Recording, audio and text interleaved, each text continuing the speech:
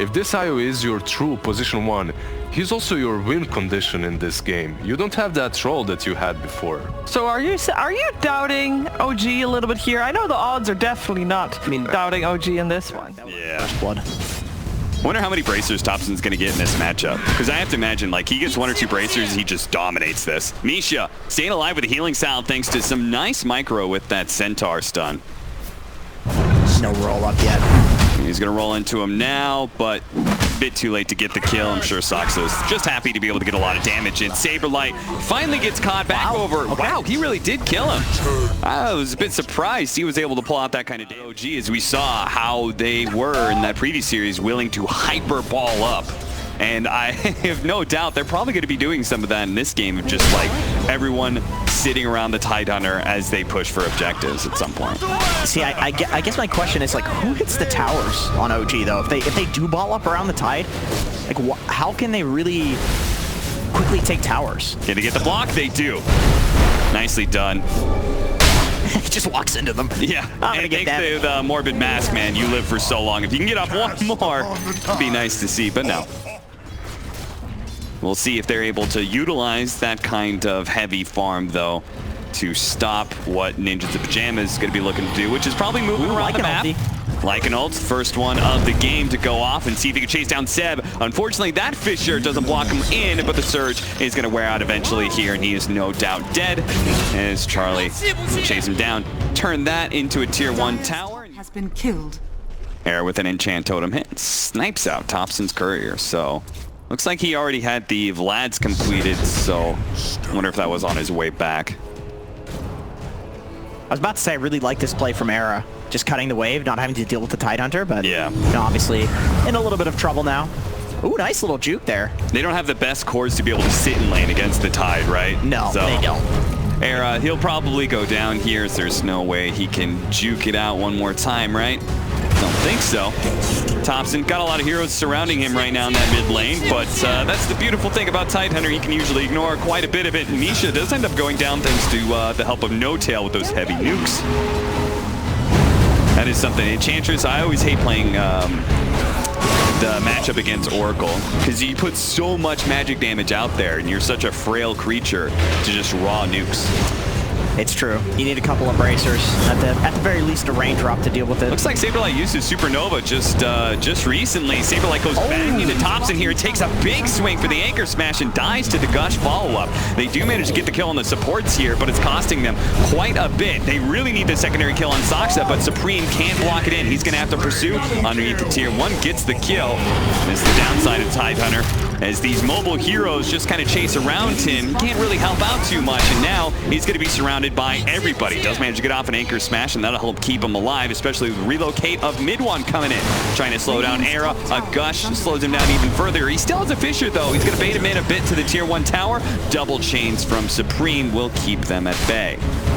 Look at the timer, man. I love that the mid brawl has started. Like, and you want the enemy to try and fight you. If they can kill this catapult, though, I think they're perfectly fine here without the DD. Nice block in there on No Tail, and it looks like OG almost got it off.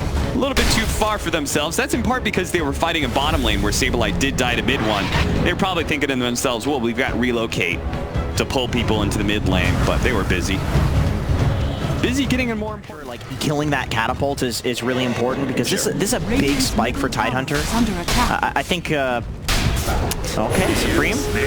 Thompson? They're going to try a little bit. The chains instantly dispelled by the maxed out Crocodile gear. Now he is going to be able to get the Fissure block in, but the Ravage is up, as he said. He chooses an anchor smash instead. The Surge allows him to get away. That'll help solve some of the mobility problems for a Tidehunter. Saksa, though, his mobility is canceled by Charlie. Now the Ravage going up, but he outruns the Tentacles, and the Necronomicons will eventually kill him. And Thompson, having killed that melee Necronomicon, actually just gets bursted down. The Echo Slam is there to finish the deal, and Ninjas of Pajamas can now take a tier 1 mid of their own, perhaps. The enemy triangle. Get some wards down. I think with Saberlight a little bit too far away, they've got to just full out retreat from this area. I'm surprised they're still here, man. Fortunately, Charlie, Arrow was in position to be able to break that smoke and even got hit by the stun from Saksa, so Charlie was able to get off his ultimate and get away. But still, that's a shapeshift down, and OG, you know they're going to make something happen. As since they didn't, and it was given to an Ember Spirit, this is going to be significantly more difficult. And that's why OG, they're not going to let Ninjas the Pajamas just walk into the pit. They're going to try and take the fight straight to Nip. They're going to be able to catch Misha to start this fight, but it's just supports for now. Saberlight, he'd be a big kill, but he doesn't even get to pop the Supernova in time. Supreme jumps away to his Remnant, but OG just keeps on trucking. The extra movement speed on Thompson, whether it's from the Tether or the Surge, is allowing him to always kind of keep a threat on this Ember. I've just never seen anything like it. I mean, we've seen the carry wisp, obviously, with TI, but, you know, this Tide mid, Darkseer surging with the extra move speed, and you know, you remove the move speed cap. Like, this is some new technology here. Yeah, pretty much you're theory crafting, like, what can you do with the carry Tidehunter? It's like the biggest downside is mobility, right? Being able to stick on top of heroes. He just charges right in, and Are you serious? Misha's just gone, just like that. A Fisher wall that kind of goes wrong for Ninjas the Pajamas. They do manage to get out the Supernova, as well as the Echo Slam. It looks like the Supernova's gonna die, as will Era. Supreme is just left to try and pump out the rest of the damage by himself because he doesn't have a life kit here with Shapeshift. He gets pulled back from the vacuum into No-Tail's Fortune's End. Trapped down, and OG, for the third attempt at Roshan, will finally complete it. Maybe could have gotten something. Solar Crest now complete for the Tidehunter, so he's got all the minus armor items he needs. Mid-K's going to relocate in. They're actually going to pop the shapeshift here. They have to go for the backline heroes. That's why No-Tail's going to be the first target. He's already dead. Mid-1 is actually in a bit of trouble here. 3 seconds till he relocates back, so they're going to ignore him for now and go for the support. Soxa, what a vacuum pull-in from Seb. Looks really hot, but can they actually chase down the rest of these important heroes? Because even Misha, the squishy 5 position, is getting away.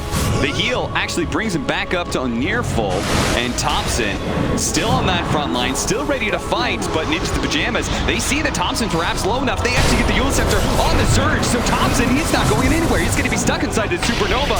Sure, he keeps on dispelling off these stuns, but the damage, it's coming a little bit more from Saberlight. He could have gotten it. Supreme is there to be able to get it with a slight chain combo that finishes off the Tidehunter and allows them to get away from the myriad of illusions that are left on the Ember Spirit.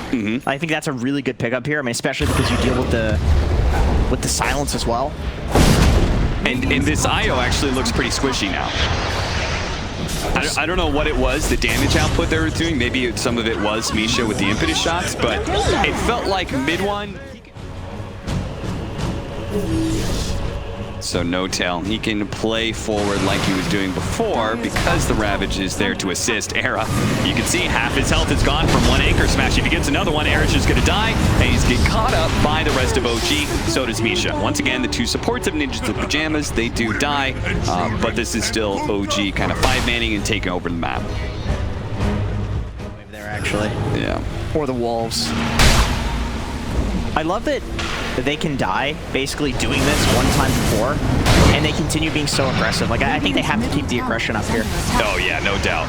Because eventually the Ember Spirit gets a bit too big and starts killing a lot of your backline heroes, right? And this is where the Lycan coming into play, goes into the back, tries to go for No-Tail. They actually tried to hit the Meteor Hammer combo with the Supernova, but it wasn't good enough, and the Ravage actually clipped Supreme. He didn't dodge it with a slight or a jump to his Remnant or anything. So that was just an easy kill for Tidehunter to be able to grab, and they didn't have buyback. So now OG, with their aggression, this second time around, it works for them. They use the Ravage effectively, and now they can just have free reign of while Ravage is on cooldown.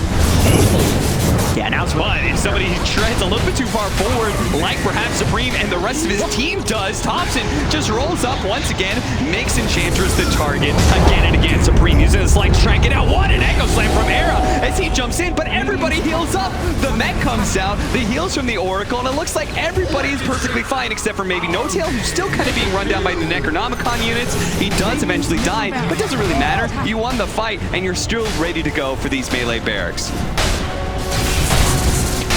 Charlie's on a mega kill streak and they're losing. Yeah. This is so sad. I mean, that's just the Lycan versus Tidehunter matchup, though. He can't do anything other than kill the Oracle in these fights. Yeah. he can try and go in and go for the CS guy. He has Greaves and he has a Crimson Guard. And obviously against Lycan and Ember, this chip damage, that's very important. With a Tide Hunter, he becomes basically unkillable. Yeah, you take a large percentage of the damage away, and then you take just straight up raw damage out. Thompson, though, he's really got to be careful of that Sunray. That's the only thing that really threatens him right now, is if he stays into the entirety of that percentage-based damage does do some good work. And what a roll-in from Soxa, reading where the Red is going, and that's a vacuum follow-up as well with the Ravage. And is that just going to be the wipeout of this game? They do manage to take out the Supernova, and there's still some buybacks left in the tank for Ninjas and Pajamas. They're going to have to blow all of them, though, and they don't have their Echo Slam. They don't have their Supernova. I'm not sure what they have to be able to stop OG from retreating, and I'm not even sure if they can really stop them from just taking their base like this. Roll forward, Saberlight tries to dive away, then he dies inside of the fountain too, couldn't get out fast enough. The silence on Supreme. Look at the move speed on these two heroes. Yeah, dude, they're just rolling. Finally, Charlie, he's gonna pop his ultimate. There goes the Echo Slam out from Arrow. Once again, they're trying to target to mid one, but the heals come out from NoTail. Every single time they try and target somebody else other than NoTail, they are met with a resounding wall of heals and magic immunity that pushes them back. They finally had to go for NoTail now, but then eventually they just run out of damage. The four-man of OG remains strong, even just outside of your fountain. Pull it back in, pull out of the fountain, get back here. We want to have a fight a little bit longer before we finish up this bottom lane.